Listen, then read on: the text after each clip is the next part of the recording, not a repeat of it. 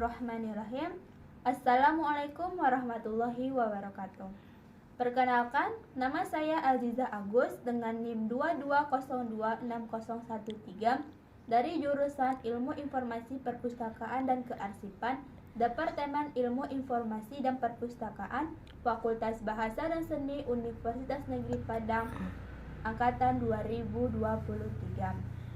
Untuk melengkapi tugas portofolio dengan mata kuliah Pendidikan Pancasila, saya akan menampilkan sebuah video wawancara terkait praktik kepemimpinan bangsa dan negara di Indonesia sebagai sistem perspektif Pancasila sebagai sistem etika, di mana narasumber saya adalah seorang wakil kepala sekolah di SMAN 1 Lembah Melintang, Kabupaten Pasaman Barat, di mana beliau menjabat sebagai seorang wakil dari tahun 2014 sampai 2022. Dengan begitu, lebih kurang beliau menjabat sebagai wakil itu selama 8 tahun. Beliau ini bernama Bapak Awaluddin SPD. Assalamualaikum warahmatullahi wabarakatuh. Waalaikumsalam warahmatullahi wabarakatuh. Pada kesempatan kali ini, saya akan mewawancarai terkait praktik kepemimpinan bangsa dan negara yang ada di Indonesia dengan perspektif Pancasila sebagai sistem etika. Sebelumnya, perkenalkan, nama saya Aziza Agus dengan NIM 22026013 dari jurusan Ilmu Informasi Perpustakaan dan Kearsipan, Departemen Ilmu Informasi dan Perpustakaan, Fakultas Bahasa dan Seni Universitas Negeri Padang, Angkatan 2023. Baik, sebelum memulai video wawancara ini, sebelumnya diharapkan kepada Bapak untuk memperkenalkan diri Bapak terlebih dahulu. Assalamualaikum warahmatullahi wabarakatuh. Nama saya Awaluddin SPD. Saya sebagai guru SMA Negeri 1 Lembah Melintang, Kabupaten Pasaman Barat, dan sebelumnya menjadi wakil kepala sekolah bahagian kesiswaan mulai dari tahun 2014 sampai tahun 2022. Baik Pak, pada kesempatan kali ini ada beberapa pertanyaan yang saya akan ajukan kepada Bapak, di mana pertanyaan-pertanyaan tersebut bakal Bapak jawab langsung saja ya Pak. Oke. Baik, pertanyaan yang pertama, menurut Bapak apa itu kepemimpinan? Kepemimpinan itu suatu kepribadian yang dimiliki oleh seseorang untuk mempengaruhi orang lain dengan visi misi untuk mencapai suatu tujuan. Oh, gitu. Baik, pertanyaan yang kedua, sifat-sifat apa saja yang harus ada pada kepemimpinan itu? Oh, tentunya kalau berkenaan dengan sifat-sifat yang ada di dalam sebuah kepemimpinan, tentu ada banyak hal yang harus ada di dalam hal tersebut. Apakah itu sifatnya rasa tanggung jawab yang tinggi, apakah dalam bentuk rasa keadilan, apakah dalam bentuk integritas yang tinggi terhadap jabatan yang dimiliki, kemudian sifat yang ada di dalam kepemimpinan tersebut tidak mementingkan kepentingan pribadi. Banyak hal yang mungkin yang bisa kita sampaikan. Dari sifat-sifat tersebut, apakah selaras dengan Pancasila sebagai sistem etika, Pak? Apakah sifat tersebut selaras dengan sistem etika? Ya, tentu semua sifat di dalam kepemimpinan tersebut memang betul-betul selaras dengan etika yang ada di dalam Pancasila. Karena kita ketahui di dalam Pancasila ada sila ketuhanan yang Maha Esa. Di dalam sila pertama, tentu etika ini harus ada di dalam sifat kepemimpinan itu sendiri. bagaimana seseorang itu adil, bagaimana seseorang itu memiliki keimanan dan ketakwaan kepada Tuhan Yang Maha Esa. Kemudian yang kedua, di dalam Pancasila ada kemanusiaan yang adil dan beradab. Tentu kita harus adil, harus memiliki rasa harga menghargai sesama manusia. Tentu tercermin dalam sifat kepemimpinan, ada rasa adil. Kemudian ada rasa persatuan, rasa kerakyatan yang dipimpin oleh hikmat kebijaksanaan dalam permusyawaratan perwakilan. Di dalam sila yang keempat tentu adanya unsur demokrasi. Demokrasi tidak mementingkan kepentingan kita sebagai pemimpin, tidak mementingkan kepentingan diri kita sendiri. Jadi sampai sila yang terakhir, keadilan sosial bagi seluruh rakyat Indonesia, tentu nampak selaras antara kepemimpinan itu sendiri dengan etika yang ada di dalam Pancasila. Bapak ini seorang pemimpin kan Pak. Menurut Bapak, bagaimana sih Pak Bapak itu dapat mengontrol anggota Bapak tetapi sesuai dengan visi misi yang telah dibuat sebelumnya? Di dalam pengontrolan terhadap anggota yang berdasarkan kepada visi misi yang sudah dibuat, tentu banyak langkah yang kita lakukan. Apakah dengan melakukan sosialisasi, pertemuan yang dilakukan secara langsung, tentu hal itu bisa kita sampaikan ketika kita melakukan pertemuan tersebut. Tidak hanya di dalam bentuk pertemuan, tentu kita akan merencanakan anggaran untuk mencapai apa yang kita harapkan terhadap visi yang kita lakukan itu. Tentu butuh anggaran. Kemudian kita juga harus melakukan supervisi. Kita lihat langsung apakah visi yang kita buatkan tersebut. Salah satu contoh, menciptakan peserta didik yang beriman dan bertakwa. Tentu kita harus mempersiapkan dana anggaran, membangun sebuah tempat peribadatan.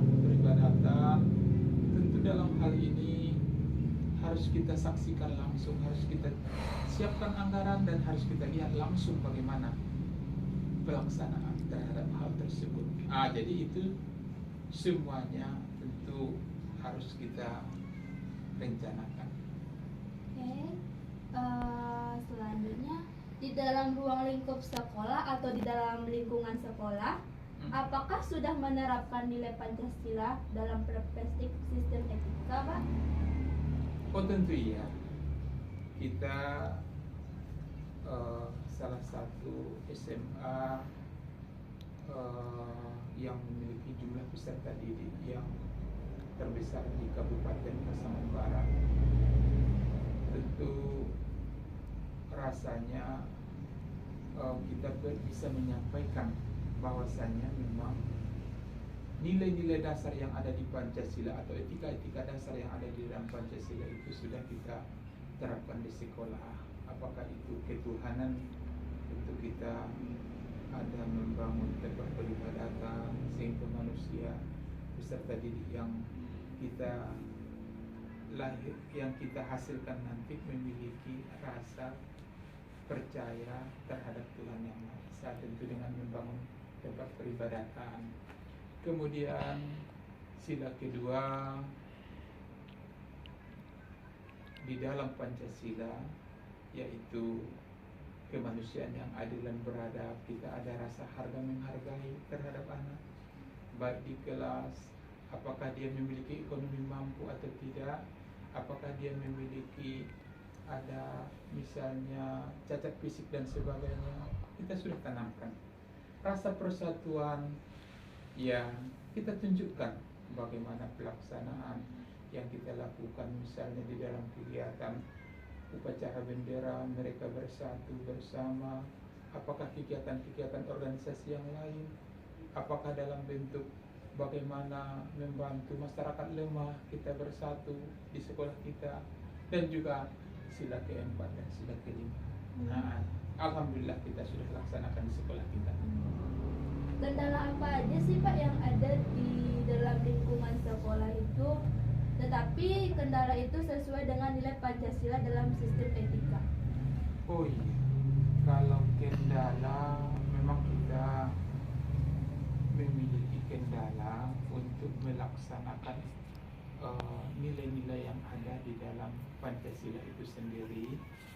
Contohnya untuk membangun sarana peribadatan di dalam sila pertama, di dalam sila ketuhanan yang Maha Esa, tentu kita, karena sebelumnya sudah saya sampaikan bahwasanya sekolah kita ini memiliki jumlah peserta didik yang boleh dikatakan nomor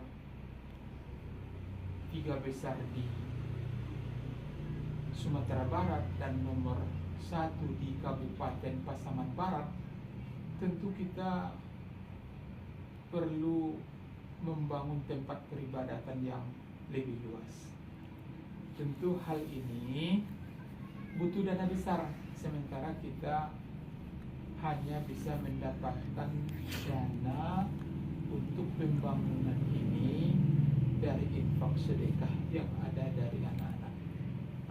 Kita tahu berapalah kemampuan anak yang bisa mereka sumbangkan, sementara kita tidak bisa mengambilkan dana dari dana bantuan operasional sekolah atau dana BOS, sehingga itu terjadi sedikit kendala yang ada. Ingin kita ciptakan anak beriman dan bertakwa yang melakukan kegiatan peribadatan sesuai dengan agama mereka, namun kita kesulitan untuk membangun tempat peribadatan mereka. Itu salah satu kendala yang kita miliki yang paling utama, dan banyak lagi yang lain.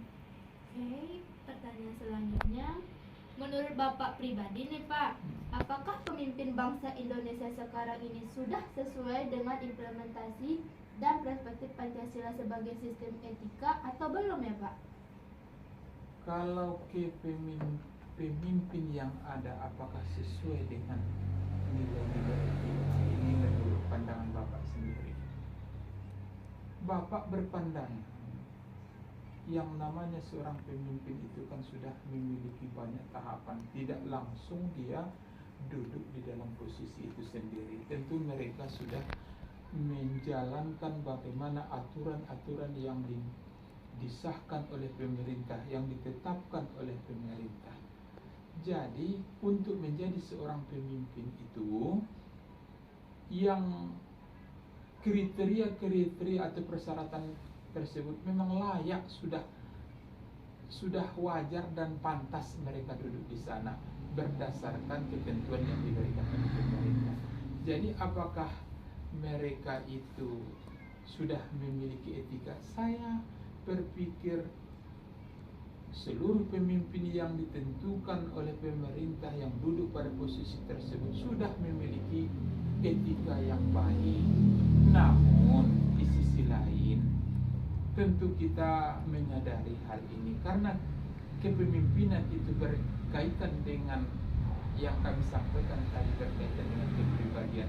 Kepribadian seseorang itu kan bisa berubah dalam bentuk situasi dan kondisi. Ketika mungkin kita duduk menjadi seorang pemimpin, sementara kita melihat bagaimana keadaan-keadaan yang terjadi, apakah situasi ekonomi kita mungkin tidak sama dengan yang terdahulu, artinya terpuruklah namanya di sana, menurunkah namanya di sana diakibatkan oleh situasi politik dan sebagainya.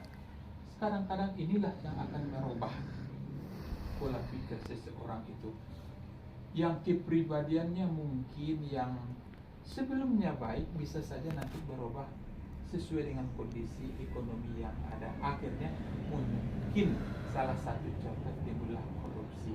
Namun kalau kita bertanya berkenaan dengan pemimpin yang ada, kita yakin mereka itu sudah melalui proses yang baik dan mereka memiliki etika-etika yang baik. Namun di sisi lain tentu kita mendapatkan ada nilai negatifnya beberapa pemimpin, karena itu kepribadian pribadi itu bisa berubah-ubah. Kadang-kadang di sanalah seseorang itu akan jatuh. Pertanyaan terakhir nih Pak, apa sih Pak harapan Bapak terkait kepemimpinan lembaga legislatif di Indonesia saat ini? Oke, pemimpinan lembaga legislatif. Tentu lembaga legislatif ini adalah lembaga untuk pembuat undang-undang yang ada di Indonesia. Tentu kita memiliki harapan besar. Jadi salah satunya harapan kita lembaga legislatif yang sudah lolos, yang sudah menjabat, yang sudah duduk di kursi DPR kah namanya di sana. Keinginan kita mereka berpikir tidak hanya kemajuan tersebut untuk mengambil suatu keputusan tersebut tidak hanya mementingkan di saat itu, tapi bagaimana mereka harus berpikir bagaimana kebijakan yang diambil sekarang ini bermanfaat untuk masa yang akan datang, sehingga kebijakan-kebijakan tersebut akan bermanfaat, bisa diterapkan, dilanjutkan oleh lembaga legislatif yang terpilih untuk masa seterusnya. Oke Bapak, saya mengucapkan terima kasih atas kesempatan dan waktunya. Itu sedikit video wawancara saya bersama Bapak Awal selaku Wakil Kepala Sekolah di SMAN 1 Lembah Melintang, Kabupaten Pasaman Barat dari tahun 2014 sampai 2022. Untuk itu, untuk mengakhiri video ini, saya mengucapkan Assalamualaikum warahmatullahi wabarakatuh. Waalaikumsalam warahmatullahi wabarakatuh. Dan itulah sedikit cuplikan video wawancara saya dengan Pak Awal selaku Wakil Kepala Sekolah di SMAN Negeri 1 Lembah Melintang, Kabupaten Pasaman Barat. Semoga bermanfaat, dan apabila ada kesalahan saya mengucapkan minta maaf. Assalamualaikum warahmatullahi wabarakatuh.